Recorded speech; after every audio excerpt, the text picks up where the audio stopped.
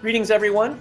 My name is David McLeod, and I am your life mastery coach and best-selling lead author of the brand new book, Gifts of Wisdom, Practices for Healing and Empowerment, which is now available for purchase on Amazon at the link below on this screen. Welcome to my chapter reading series for this book, in which you get to meet every author and listen in during a personal reading of that person's entire chapter from this fabulous little book. Today, my guest is Scott Holmes, wise contributor of Chapter 6. Scott Holmes is an intuitive energy practitioner and transformational coach using Reiki, polarity therapy, RYSE, theta healing, and find your voice coaching techniques to clear, ground, and align your energetic body. His specialty is collaborating with professional men and women, allowing them to heal and maintain their true paths in life. Welcome, Scott, and thank you for joining me today. How are you doing? Doing great. Got back from Peru, and the adjustment's been a little bit longer than I thought, but all things considered, we're doing really well. Back from Peru. So I take it you were on a trip to expand your awareness even more than it already is. As you and I talk many times, that's the never-ending journey. Right, it sure is. And speaking of never-ending journeys, something attracted you, drew you in, invited you, called you to be a part of this project. Tell me a little bit about what that was like for you and why you actually decided to respond to that call. Well, first of all, because you asked. And I thought it was a brilliant idea, because we do not listen to our elders anymore. Mm-hmm. In the old days, elders would be living with us. Houses and homes were multi-generational. And so the wisdom was passed down from grandparents to parents to children, and they were in constant contact. And there is that gap now. And when you came forward with this about the wisdom that we have learned, us folk over the age of 50, that what we've learned, it really struck a chord. I have a hard time reaching my grandchildren, and I wanted to put into words things that they could keep with them and not have to learn them the hard way like I did. Yeah, right. The hard way. How many of us have had to learn that way? And sometimes for a lot of people, the hard way is the only way, isn't it? Yep. I put my hand on the stove just to make sure it was hot. Right. Yeah, I know. God, don't even remind me. All right. So you decided to sign up for this book because of the attraction of the notion of elder wisdom. And as I've explained probably a couple of times now, that was the original title of this book, Elder Wisdom. And originally I had reached out to folks that, maybe had advanced to a certain age level and had maybe stayed or forgotten about their connection to their inner sage. And in the process of inviting people in, I noticed a lot of younger people. When I say younger, I mean people significantly younger than me, who were, they're still in their 40s and maybe early 50s and saying, I'm feeling that connection and I want to share something of this. And I thought, well, the universe is speaking to me in a way I hadn't really thought about. So yeah. And so we ended up with some younger folks. And when I mean, again, yeah, age is just a number. Perspective, right? Is a wonderful thing. Yes. Yeah. And so having some of those people with a slightly fresher perspective on things really added to the beautiful recipe that we ended up creating. And that's why the title changed to Gifts of Wisdom. Yeah, it really is. The group that you put together, by the way, and we had many sessions, were an incredibly bright, intuitive, just high vibrational people who are there because they want people to heal. They want people to get better, and they want to pass on their wisdom. I think it's wonderful. You've enabled this to happen. Right. Yeah. Well, thank you for that. And of course, we all together helped to bring this book into existence, and I'm really, really grateful for all of you, to be honest. But so I'd like to ask you a little bit now, Scott, about the journey of writing your chapter. I know you're going to read your chapter here in a moment, but before you do, I was hoping that maybe you can help people understand what the process was for you, as you began the process of thinking, well, what am I going to write about? How is that going to come out? What do I want to say? What was that like for you? I've written about losing my daughter and my wife in a few different ways, but I wanted to give people hope. I wanted to really zero in on how to get through, no matter what they've gone through, how they can get through it. I told my girlfriend that when I went into this story that I would be gone for 10 days, and she looked at me and she said, "Where are you going?" I said, "Upstairs." And it was for those who have written and for those who would like to write, it's cathartic when you write it and you put your soul on the paper. And that's when people feel it. That's when they connect with it. And that's the hardest part, is being able to take that out of you and kind of put it on the paper. I always think that there is the magic in books where you take a three-dimensional thing, pen and paper, ink and paper, and you make emotions out of it. Mm-hmm. Becomes other than 3D. And so that creation is really, for me, it's why I write, because I want to share that. I want to touch people's lives. I want them to think. I want them to feel. I want them to understand and to learn. It isn't about me. It's about what comes through them. Right. Yeah. Beautiful. Well, thank you so much for that, Scott. And I guess now would be a perfect time to think about reading your chapter, don't you think? I think so too. All right. Thank So, you. my friends, I'd like you to just pause for a moment. Whatever you're doing, put down your cell phones and all the other stuff and all your other distractions, and listen in, because my friend Scott Holmes is going to read Chapter 6, The Secret to Joyful Living: How to Curate Your Curiosity Superpower. I'm sorry. Grief thundered across my heart, threatened to break me open, and then, surprisingly, relief responded, the kind of peace I hadn't felt in decades. I had held my wife Maura's hand 6 months before as she took her last gasp of breath, losing her 20-year battle with breast cancer. I'm really speaking with her. The words came through Samantha at the meeting, but the words were my wife's. After Amanda passed, there was a hole so deep I couldn't feel love, and I was empty. I am so sorry. Maura let me know she was with our daughter Amanda in the afterlife. She had died at 15, wheelchair and bedbound. Amanda now danced, skateboarded, sang, and was ecstatic in the afterlife. The complexity of emotions I felt when grieving were isolating, stilting, and suffocating. Curiosity brought me to this first mediumship experience. Being open to the results with no expectations changed my life.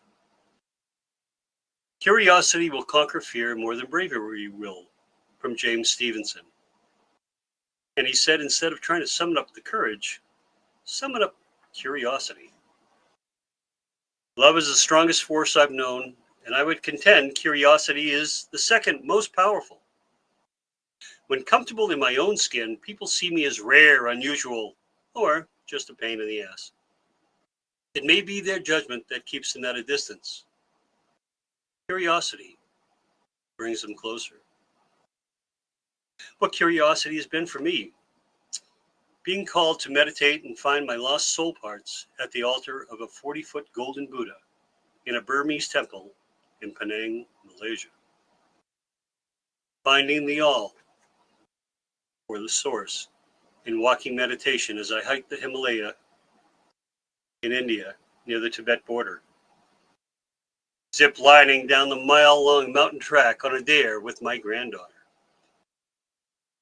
Sitting across the beer-stained wooden table with my oldest friend, sipping a pint of Guinness in a Dublin pub, and finding such gratitude in our 50-plus year friendship. Walking the desolate grounds of Mauthausen concentration camp in Austria, the rock quarry and yards filled with fear and incredible sadness, adding such weight to each step. My daily walks at sunrise while visiting my favorite beach on Amelia Island, Florida, delighting in the changes Mother Earth supplies each day. Sailing in Ha Long Bay, Vietnam, amazed at the people I met and how each form the next limestone island takes, and allows my imagination to fly free. Demanding you seek greater knowledge of the world around you and yourself. Without curiosity, how would we survive in this world? First, by observation. As newborns, we see our hands for the first time and wonder what they are, what they can do. See that they're even attached to our arms. Think of the wonder. With observation comes learning in the practice, movement, and beauty of our hands. In its simplest form, think of the complexities in the act of walking. What it took to stand up, never mind placing one foot in front of the other while maintaining balance. Complex, yet we don't think anything more of it after mastering the art. It fuels independence. Without curiosity, we'd never know how to walk, how to stand up, how to run, how to do somersaults, how to say the word mother, the most beautiful word of all. Being the oldest of four, I was expected to set the example, follow the rules, always show respect, never question, and always make decisions, making my parents proud. So exploring how leaves burnt when lit with a magnifying glass behind the garage was bad. Questioning having to go Wednesday night choir practice instead of finishing our very competitive kickball game, I was being argumentative. Building a 7-story, 40-foot high treehouse wasn't how I should spend my time. In my formative years, I spent many a day grounded in my bedroom. Getting to explore my world was so rewarding. When was the last time you didn't follow the rules? Curiosity is insubordination in its purest form. Vladimir Nabokov. As a teenager, posters of baseball stars and actresses were my bedroom wallpaper. But the most intriguing poster was The Desiderata, a treatise on how to navigate life.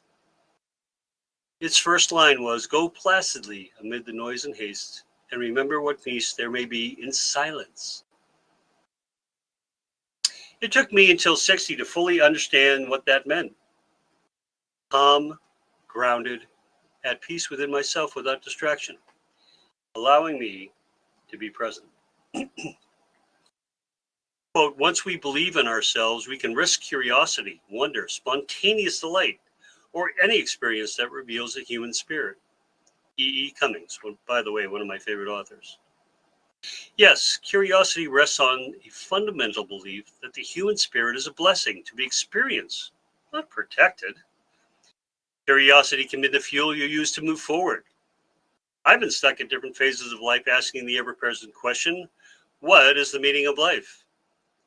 I think Monty Python summed it up best with their take, full of irony, angst, laughs, misunderstandings, and outright joy. Life is how you perceive it to be. My wife Moore and I were in an emergency room for endless hours, waiting for answers that never came while my 8-year-old daughter continued to spasm and seize. That's not something you see every day as a whippet-like 80-year-old man streaked past bearing all in and eluding security. Dark humor then took over as my wife and I bantered with doctors and nurses, the moment so much lighter than it had been.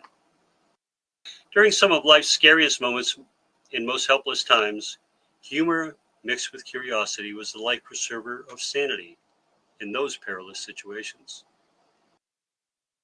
Quote, curiosity may have killed the cat, but it saved my ass, from Michael J. Fox.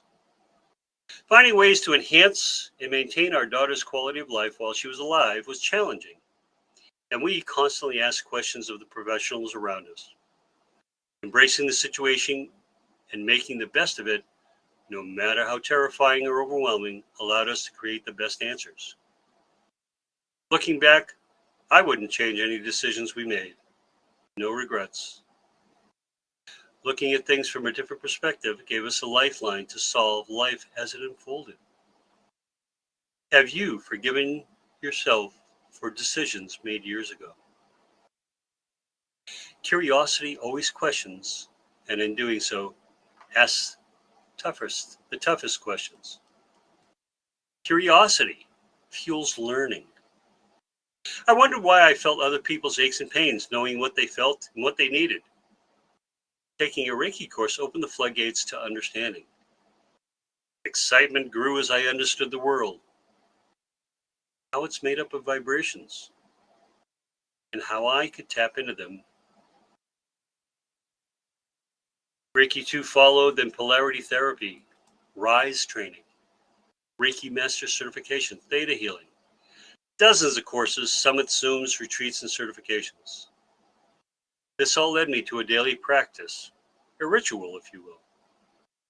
Although it takes work, it's really not work. Meditation, followed by yoga, enables me to start each day grounded and present, stabilizing my days so I can reach out to curiosity in all things. Quote, there is a moment in every child's life where a door opens and lets the future in. From Graham Greene. The goal is to be aware when a creative opportunity presents itself, such as reading your book online, instead of being so busy that we overlook it. What wonder there is in understanding and knowing that the more answers I received, the more questions there were to ask. Curiosity can be what allows judgment to leave. Judgment comes from upbringing, the domestication of your imagination, and wonder of life creates the box. Dogma in the form of school, church, and family's accepted values creates boundaries on right and wrong. And who gets to set those standards? Buddhism was considered foreign, meaning bad.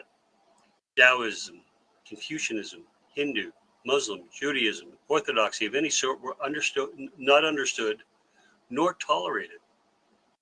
There was one singular way to live life, and that was how we do things. I was told to follow without question, and never really knew why. I read about different religions and points of view all through my teens. I have now come back to reading, learning, and understanding these religions, and have traveled the world to understand how they manifest. Such a beautiful and expansive world we live in. Yet, did you know there are millions of ways to live this life? Once your eyes are open, judgment leaves the high bench and doesn't cast its shadow anymore. Life loves to be taken by the lapel and told, I am with you, kid, let's go, from Maya Angelou. He also said, curiosity isn't passive. It's an energetic embracing of life. I'm only now living my best 18-year-old life. Curiosity enables you to meet new people, no matter your age or status. When you're young, meeting people is expected. New friends, new situation, changes in address, all lend themselves to reaching out. As an older adult, meeting new people can be a chore, almost painful, as life generally makes your daily world smaller as you walk the same path over and over for many years. Making different choices and embracing the new opens up pathways to meet those you didn't know. What I came to find out was the secret I had been searching for all my life. No matter where you live on this earth, all people want the same things, though it looks quite different. They want safety and security for their loved ones in all its forms. They want to be loved and give love. And they want peace in their lives. Curiosity has become the foundation of my world and how it manifests.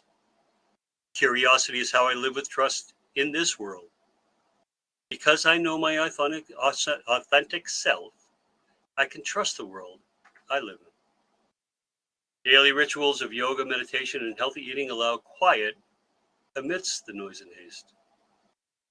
In the quiet, I've come to know myself fully.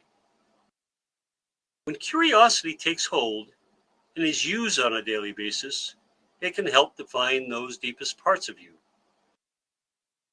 That is when you become the curiosity. Quote, I think at a child's birth, if a mother could ask a fairy godmother to endow it with the most useful gift, that gift would be curiosity, from Eleanor Roosevelt. We're all born innately curious. Without curiosity, we'd never grow and accept those things. Did curiosity kill a cat? While we might not know the answer to that eternal question, I can honestly say that without curiosity, my life would be less than it could be. Quote, if you can let go of passion and follow your curiosity just might lead you to your passion. From Elizabeth Gilbert. Curiosity led me to become a student again. While teaching and coaching are part of what I do, learning is who I've come to be. While love is the strongest force known, curiosity holds a power of its own. If you're curious, please connect so we may find the path curiosity will take you. In the practice, let's start with the why. Webster's dictionary first defines curiosity as concern, questioning, and inquisitiveness. The opposite is indifference, apathy, disinterest. Hey, Dad, can we just get out of the bathtub and get dressed? With irritation starting to creep up my neck. Why does it take so long to do the simplest things? Taking a breath to calm down, I asked my dad what was making him hesitate. I want to do this myself. Having to ask for help is demeaning, and I can only move so fast. My heart melted as I understood he felt diminished and helpless in his advanced years. My irritation transformed into compassion. Time stopped as I allowed however long it took for him to get dressed, and only helping him when he asked. Find the why in all your relationships. You might be surprised by the answers you receive when you're curious enough to ask. Quote, curiosity is a willing, proud, and eager confession of ignorance. Leonard Rubinstein. Then the what? Webster's second definition is rarity, wonder, and exotic. And the opposite is mutation, malformation, and monstrosity. Calf was cresting, blood, mucus, and fluids dripped all over the straw strewn across the stall. This great blob of wet hair, appendages, and guttural sounds was horrifying. My grandfather finished pulling the calf upright, stroking its head with a towel. He gently encouraged the mama, telling her how proud he was of her. Wow, it really wasn't scary at all. It was wonderful. New life was born. What I thought of as disgusting was rare and exotic for a city boy. Then I understood that what I thought was horribly monstrous had turned into a butterfly of emotion. Beauty in its most natural state. Is judgment your perspective, or is it curiosity? Quote, the power to question is the basis of all human progress. Indira Gandhi. Now the how. Webster's third definition is idiosyncratic, individualism, singularity. The opposite, oddity, eccentric. Damn it, as coffee splashed all over my clean white shirt, multicolored pastel tie. Nervous as I was for this interview, I had to laugh. As I pulled the car into a parking lot, my laughter started rolling and I couldn't stop. Halfway to my appointment, I could choose to be late by going home and changing or continuing on.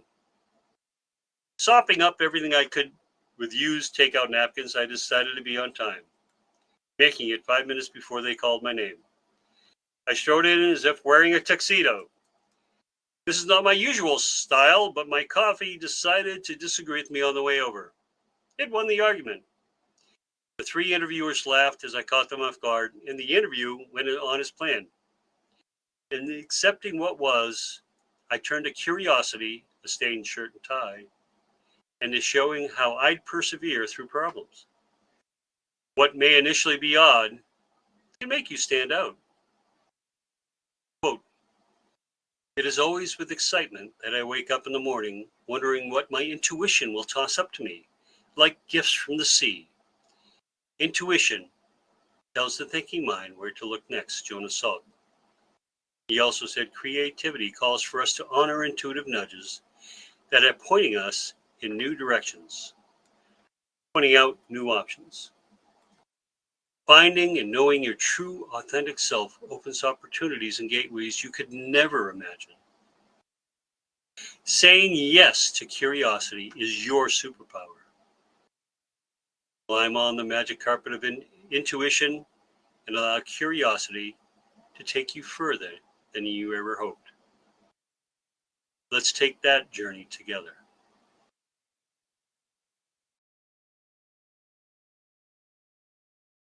Thank you so much for that, Scott. There's just so much in that chapter, so many little stories, so many wonderful perspectives and gifts of wisdom wrapped into, I don't know, 3,000 words or so, and plenty of great humor, just delightful. I noticed a couple of things that I resonate with. First, you talked about being a boy and having that poster Desiderata on your wall. I had one of those myself. In fact, I was so inspired by that poem. I actually wrote my own version called Daviderata, and I still have that somewhere. I would love to hear that sometime. Yeah, it's one of those things. I actually wrote it by hand on a piece of cardboard, and I think I've got it in one of my old files somewhere. I'll have to take a look for that. But thank you for the reminder. Another thing that you said partway on, you were talking about no regrets. And I think that's a powerful, powerful piece of wisdom that a lot of people might question. What do you really mean by that when you say no regrets? As life tosses all these problems at you, you do the best you can in that situation. Hindsight is always 20/20. You could have done this better. You could have done that better. If I'd known this, I would have made this decision. But in the moment, given the information you have, given the emotional stability you have, given the strength you had, if you slept that night, if you haven't slept for a week, especially when taking care of loved ones, you make decisions. And in the moment, you do the best you can. And that is loving yourself and forgiving yourself, that part of it. And that's where no regrets comes in. Yeah, that's a great teaching. And I think I completely agree with you. Each of us has a certain amount of knowledge and experience at the time when a situation happens, and then we make a decision based on all of that information that we have. It may turn out that it wasn't the best decision. It may turn out that something else might have provided a better result. But you're right. You cannot hold yourself hostage to a past decision, because that's all regret does, is it keeps you stuck in the past. I've said this myself now. I agree with you 100%. I say, if not for this event, I might not be where I am today. I might be here, but I might not have gotten here the same way. And who knows if the life lessons that I got would create the kind of person I am today. So there's really no point in thinking about the past in that way. That doesn't mean to say that given a second chance, I wouldn't do something different. because maybe I will have a different perspective at the time. Yeah, I think that's a great lesson. So thank you for that. Thank you for finding that. Yeah. Well, and the other thing that you talked about, and I really like this, you talk first of all about self-knowing, knowing the truth about who you are. And I mean, really, how can you know the truth of who you are unless you adopt that quality of curiosity and begin to look at things and ask questions and even ask that very basic question, who am I? It's one of those, the eternal question, and it changes because every time I go away or I learn a new course or new modality, or in our interviews, someone comes up with something, it gives me a different perspective. And all of a sudden it changes how I see parts of myself. And, it's that learning, the constant learning. You and I are not young bucks anymore, but we take learning seriously. We take perspective seriously. We take listening and speaking with people and meeting new people all the time very seriously. And that keeps us young right here. Right. Well, we take it seriously, but at the same time, I think we bring a lot of humor to it. We allow ourselves to laugh at our own foibles and at the foibles of each other. That's what makes life so enjoyable and full of love, I think. It is, and that's what it all comes down to. I propose in curiosity, but it's the second greatest. Love is the first. Everything centers around love. Everything comes from love. Right. Within us. When we first love ourselves, we can love others much more compassionately, with understanding, with no judgment. And that's where I've come throughout all of this, no matter what your life has brought. Hopefully, you can see life that way. Yeah. Well, Scott, I really appreciate your willingness to be vulnerable and to share from your heart. It takes a lot of courage to do that. And I suppose a great deal of curiosity as well. So, especially when we think about this in terms of the passing of a loved one, which is a really hard thing for most of us to deal with. So I'm really grateful. Thank you, David. As always, it's a pleasure to be with you, to do all of these projects with you, and to really take a lot of this journey together. Yeah. Well, thank you, Scott, and thank you, friends, for listening. This has been another example of some of the amazing, beautiful, fantastic, and wonderful material that's available in our book, Gifts of Wisdom. If you haven't already purchased a copy, or if you'd like to grab another copy for a friend or a relative or your brother or your sister or just your son or daughter, or maybe your parent, please head over to the Amazon book page. The link is on the screen below. And if you would like to connect with Scott Holmes directly, you can reach out to him on his website at https://rscottholmes.com. I've dropped that link on the screen for you as well. So thank you all for listening in. I hope to see you again for the rest of our author chapter readings. And I wish you love, light, and blessings on your continuing journey. So I'll see you around. Bye-bye for now.